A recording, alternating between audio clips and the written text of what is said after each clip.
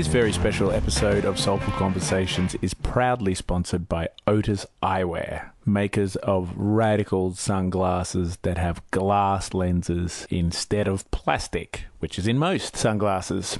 So thank you very much to the legends at Otis. And if you do want to be sporting a pair of Otis Sunnies, go to the website and put in the promo code in capitals Ash and Otis for a 25% discount.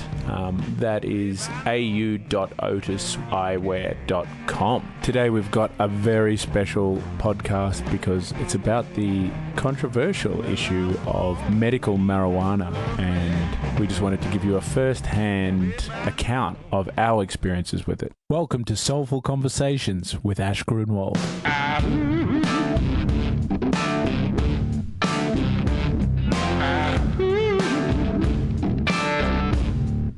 In this podcast, we interview inspiring and amazing people, musicians, surfers, and experts in mindset, creativity, health, well-being, and making the world a better place.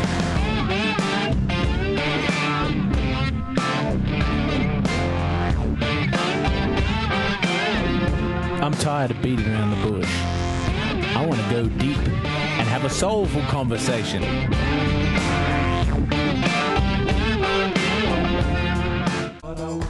This podcast is brought to you by Earth Bottles.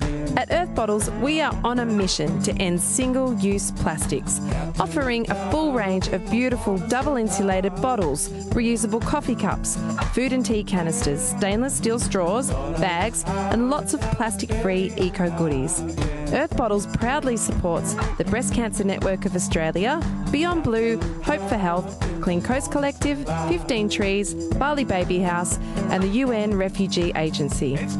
So head over to www.earthbottles.com.au for a 10% discount using the promo code ASHLOVESME. Together, we can make a change and break up with single-use plastics.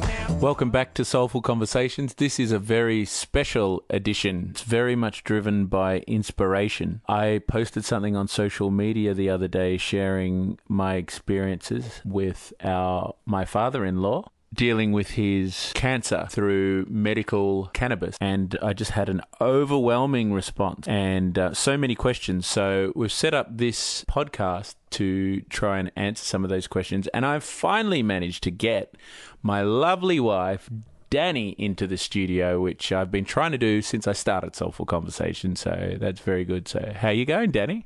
Hi.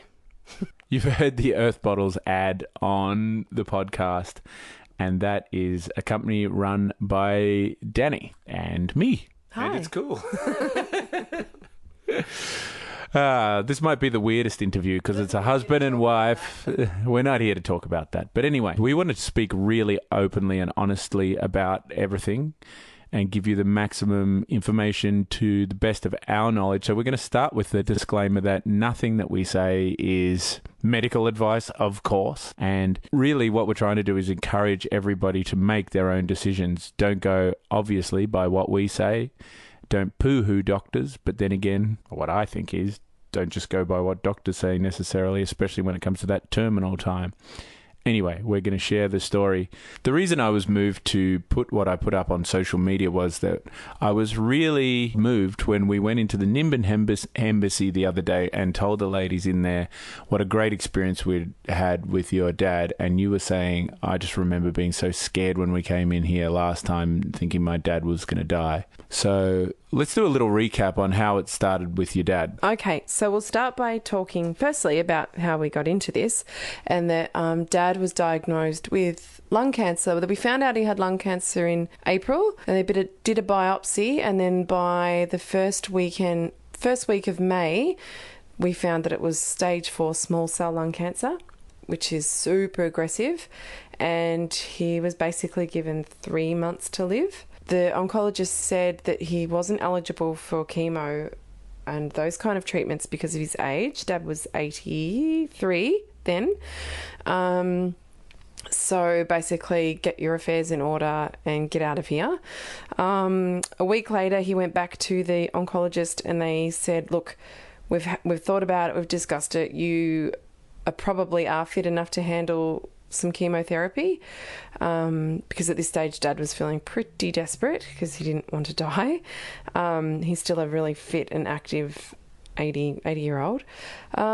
So they'd said they'd looked at, they'd assessed him and thought that he probably could handle chemotherapy, and said that if he took on the 6 rounds of chemotherapy, he might make it to Christmas time. So either 3 months to live untreated or six months with 6 rounds of chemo, really poor quality of life, but see how it goes. So even though Dad was strongly opposed to chemo, he thought, that's what I'm going to do because I don't want to die and I want longer than 3 months. So he went in kind of against what he believed in, but he went in and did 1 round of chemo, but was feeling really apprehensive about it. He came home and then just ended up so sick that, remember Ash, they rushed him to hospital in an ambulance, and he got put into the intensive care unit, kind of thought he wasn't going to make it through, and he was just really sick. And by this stage, his hair's all falling out in clumps, and Dad loves his beautiful grey hair. He's got really thick grey hair, not even sort of slightly balding. Lost all that. That was enough for him to go, because he's quite vain, my dad. So that was enough for him to go, stuff this. He told the oncologist where he can put his chemotherapy treatments and said, I'm not doing this. And meanwhile, Ash and I had been researching alternative therapies, thinking that, even if we can get him a few months extra with some decent quality of life, that would be a good way. That would be how we'd sort of go about it if he was open to it. And Dad's quite old school, so we didn't know, how we'd go with that. But he just said, "I'll try anything." So in our research, we've found a lot of testimonials and information on medical marijuana, cannabis oil, treating and curing cancer. Not just treating it, but curing cancer.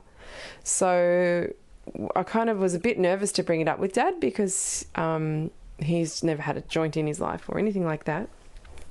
So, but he was really open to it. He's like, we showed him some videos of people saying how they'd cured their cancer, other people saying that they weren't feeling sick anymore, all this kind of stuff. So he said, okay, let's go for it. So that's what we did. We got him some oils to start on, kind of weak ones. And then we heard that through another cancer person treating their own cancer with alternative therapies had gone. So sorry, people. I had to delete that for legal reasons, the information on where we actually went, but you can do some Googling and look around in your local area, or if you're in the Northern Rivers area, maybe direct message me and I can tell you where it is. And got hold of some pretty strong oils. So we went out there and spoke with the lady out there. Yeah, and it was amazing. She gave us so much hope and so many stories of people that had cured their cancer. She said at that point they had actually saved 300 people's lives. Yeah. So we just went for it. I think it was it around $1,500 for a 90-day protocol, and that was CBD oil, so straight CBD with no THC, and then really high THC. So we had looked into getting this through the doctors, and even Dad's oncologist said, yes, some oncologists are prescribing it, but you had to have had exhausted every other avenue. So you had to have done all the rounds of chemo, radiation, anything else that they have on offer. You had to have done that first before you're eligible to get it through the medical system. And so that wasn't an option for Dad, so we had to do it this way. So we got really strong, the THC, the CBDs. What do we do? We sent it down to him. Yeah. There's probably a good time to talk about dosage and stuff like that. And obviously what we would recommend is that you go see somebody who knows what they're doing. Don't take it for us. I know it varies for different cancers and stuff, but the general idea in this was that the CBD and the THC work kind of synergistically together. The CBD does slow down the spread of the cancer and help with other stuff. I believe it helps with dealing with chemo too. And the THC actively fights the cancer. And the theory is that it assists apoptosis, which is the process that is a healthy process that you normally have going in your body, where your body breaks down cells that are unwanted. But cancer seems to trick the body, and the body doesn't recognize it to break it down with that natural apoptosis. But I think that what the THC does is disrupt the wall of the cells and basically allow it to be seen by the body, and it starts to break down. Yeah, I think it does something like it disrupts the DNA around the cell, the cancer cell, apparently. I'm not a doctor or scientist, so don't quote me on that, but that's what we kind of found out through what we'd studied. So I think by this stage, Dad had decided to come up to our place because he was there was a whole lot of other stuff as well, the dietary changes and things like that. So they hitched up their caravan and drove up, and there was, some people in the family not so stoked about it, and rightly so. They thought they might not see Dad again because he'd only, by this stage he'd been given 3 months to live, and this is probably a month later by this stage. So they're thinking he only had a couple of months to live. And he was pretty sick, wasn't he, at that stage? Like, when they walked in that first day, I was like, whoa, he looked really... He looked diminished. Oh, it was terrible. And he was very skinny and grey-coloured and no hair, all of that. So we'd also found out about cutting out the sugars, that cancer feeds off sugar. So we were going to put him onto a really strict diet. I'm just writing a blog about this too, so you can go over to my website, earthbottles.com.au, which will have all this information written down, as much as I can kind of, give. So yeah, we started him on a really strict diet of no sugar. That means no grains, no fruits. The only fruit he had was berries, and to have that before a meal, not after. It's easier for the body to digest. No dairy, no meat. Basically anything acidic, so we cut out all the acidic foods and then put him on a high alkaline diet, which also included bicarb and lemon drink, which is said to alkaline the body, twice a day. We did that.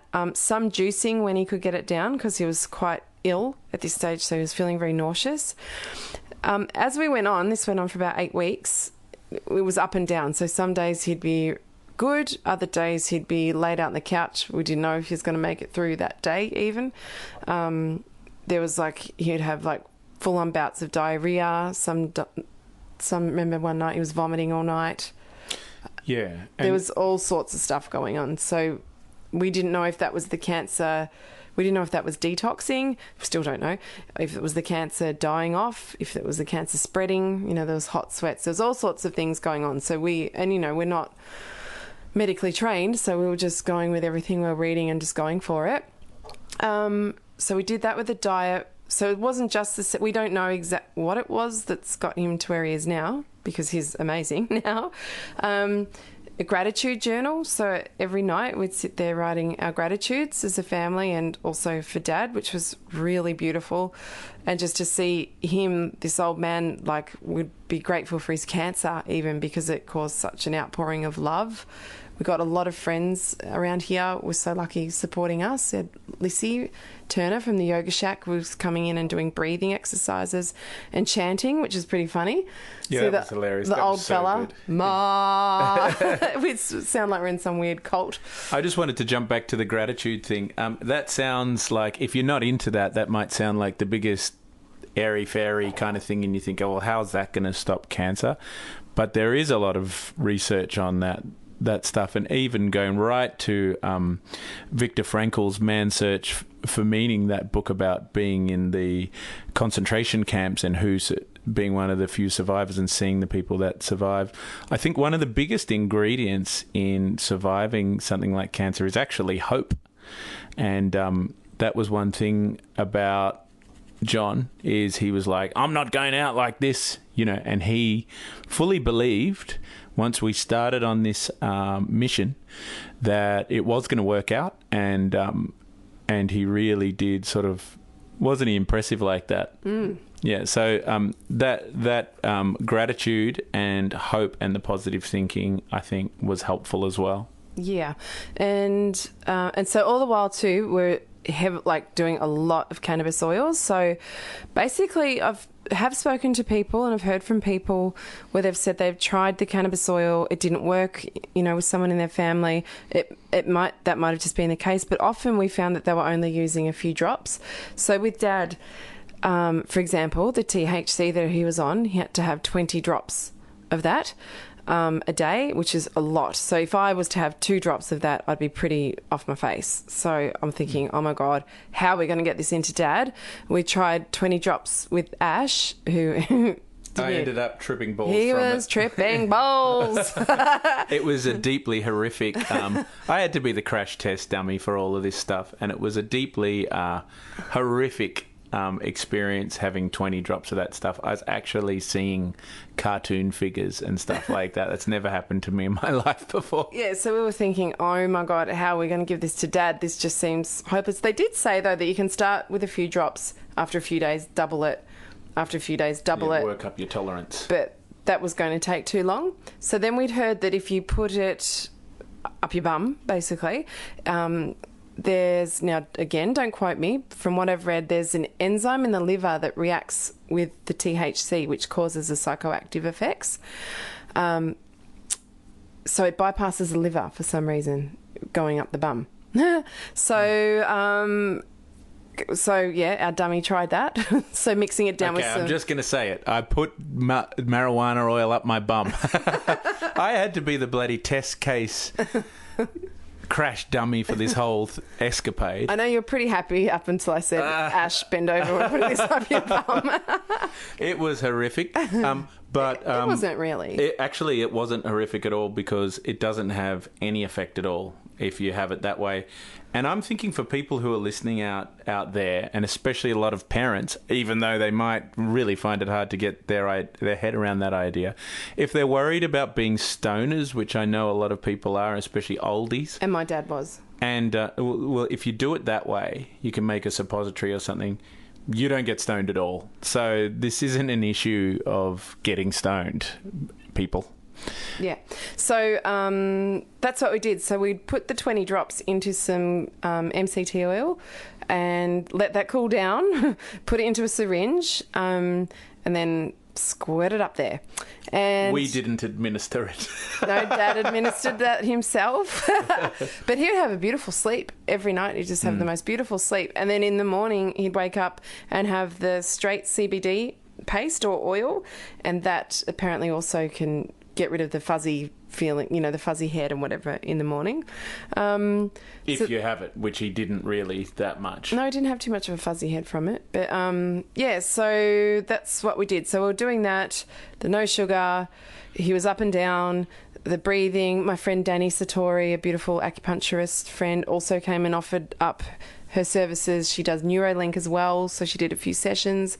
Then we're lucky enough to have an amazing GP here in Ocean Shores, who they're called Ocean Shores Environmental and Nutritional Medicine. We saw Marcus there, who's a GP, but also specialises in nutritional medicine as well. So then we put Dad on really high dosage vitamin C drip and vitamin B. Yeah, so that, the breathing, the chanting, the gratitudes, heaps of CBD. Then, to put another twist on it, just before Dad was leaving, my uncle was ringing me and saying he'd heard about a guy called Joe Tippins who had the same cancer as Dad, but completely riddled with it. I'll just point out that Dad's lung cancer was in both lungs and it spread to the lymph nodes, but hadn't progressed any further in his body at this stage. So Joe Tippins, this guy had it throughout his whole body, head to toe. He'd heard through a friend that there was something in dog worming tablets, which would be on my blog, the actual name of it, having that was killing cancers in lab rats. There's an active ingredient that it actually did get. They did a lot of research on it back in the 90s, and it was sort of came out, and then it left the shelves. That ingredient that is only found in a dog worming tablet.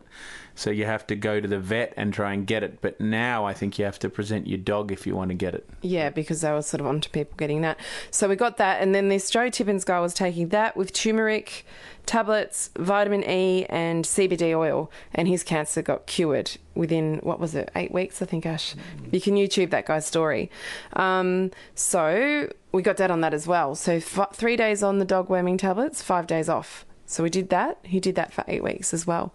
So fast forward, Dad left with Mum, at home in his car. He drove home, not in a box. At one stage we were there talking like maybe he would be passing away here. Didn't happen. And I just got back from their house. So he made it to Christmas, which was awesome. We had an amazing family Christmas. We should mention we already had an early Christmas in August because we thought he might not make it. So. Yeah, so we did an early family Christmas in August around his birthday. So he made it to Christmas really good, like just getting stronger and stronger each day, putting on weight. When he got to our house, he was 6 kilos under his normal weight, and Dad's not a big guy either, and I just got back from their place. I went up and delivered him some more oils on the weekend, and he's back to his normal weight plus another couple of kilos, so he's a little bit overweight, just a little. He looks unbelievable. He's golfing every day, he's fishing most days, he's out in the garden every day. He's just amazing, and he doesn't look like he's got cancer. He doesn't even look he saw his oncologist, who wanted to see Dad just to see how he was going, and his oncologist was so shocked. He couldn't believe that he was still alive, let alone walking around and up and about and looking as well as he does. So it's been amazing. We have said to Dad, and the oncologist wanted to do some tests, but Dad at this stage doesn't want to do that because he said he feels so good within himself that if it has spread or if there's anything like that, he doesn't want to know that in the back of his mind, because as far as he's concerned, he thinks it's gone. So whether it's mind over matter, whether he is cured or if it's slowed down, we don't know. But I think that's really, that's his choice. I'm interested. I'd like to know. But yeah, he doesn't want to at this stage, but Dad said he'll know, in his words, I'll know when I'm rat shit. But he's nowhere near that at the moment. So I think he feels that if he got some tests and it came back not good, that it would set him back. But all I know, it's like a different person from what he was when he came up in June. It was that he came up here. He's like a new guy. It's insane. So I don't know. I can't say that it's cured. I really can't say anything other than that what I see before me is this man that had 3 months to live and he's slaying it. It's amazing. So everything, in those treatments that we mentioned, there might be some things that didn't do anything and some that were the primary cause. But what our whole theory when we were doing this is, let's try everything that is available to us.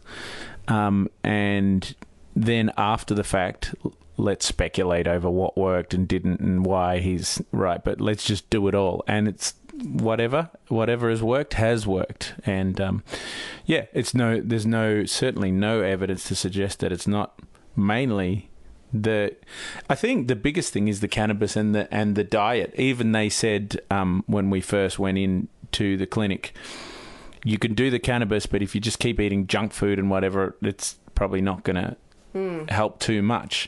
I think diet is really important. Also, I'm pretty sure all cancers feed on sugar. They have no fuel source if you don't give your body any sugar, and you can live on fats as energy. And I'm pretty sure that's the best way to eat in general, but I do know that there's different diets for different cancers. I think the keto diet is really good. And we had another friend from the Byron Bay Smokehouse, Damien, who had a cancer, and he managed to shrink it right down, the tumour, just by basically he was on a keto diet, no sugar, high fats. He was eating meat, I think, but Dad, apparently with lung cancer, it's not good to have meat. So it's very taxing on the body. So Dad got rid of all the meat. Amazing. So I know that there's a lot of commercially available oils. Just one thing that I've heard that I would like to pass on anecdotally, and that is that some of the commercially available kind of legal oils, they're really low THC, and I just don't know if that's really good, because I think it needs to be quite high THC. So that's just our own thoughts on the matter. But I've heard anecdotal stories of somebody getting stuff illegally and having high potency stuff, and it really stopping their cancer, and then going back to an oncologist and they said, "Oh, I've got the legal stuff for you now." Got on the legal stuff that was a lot lower, and then they declined after that and died. So it's just worth thinking about that. So if you want to make your own, the first method, or one of the earliest methods and one of the pioneers of this, is Rick Simpson. And Dan, you jumped in there and made some Rick Simpson oil, didn't you? Yeah, out at our friend's place we made some of the oils, and there's lots of stuff on YouTube on how to make that. That was really easy. You just have to have a plant to be able to make it, and probably a lot cheaper way of doing it if you grow your own. Then a lot of people have hit me up on Facebook and they've said, "Oh, it's so expensive," and it is. But when you actually make it, you realise it takes like a whole plant to make a couple of syringes worth of the oils. So it's of the paste, which is this sort of looks like tar. And that just one grain of rice is enough. If you had that, you would be so stoned.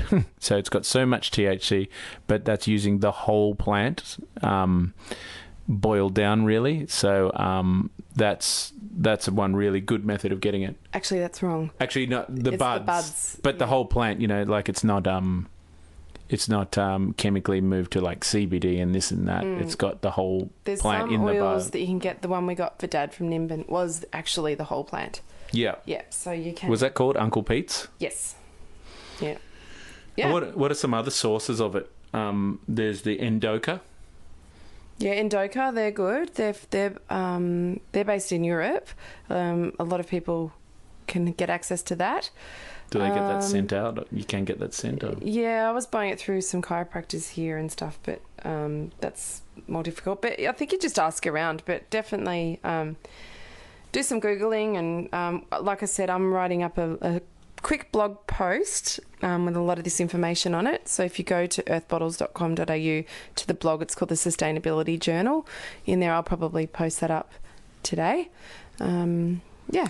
And this is a rapidly expanding field, people. And I would say if you have a loved one or yourself in this predicament, keep asking questions and encourage yourself and others to remain open-minded and share all the good stories that are out there, which they're just multiplying daily. I mean, we have an endocannabinoid system. For whatever reason, we really do lock with that plant well, and it gives us a lot of medicinal value across a lot of different things. Fibromyalgia. What were some of the others that? MS, cancer, epilepsy, anxiety. There's so many things that this plant. Crohn's disease. It seems to be really good for Crohn's.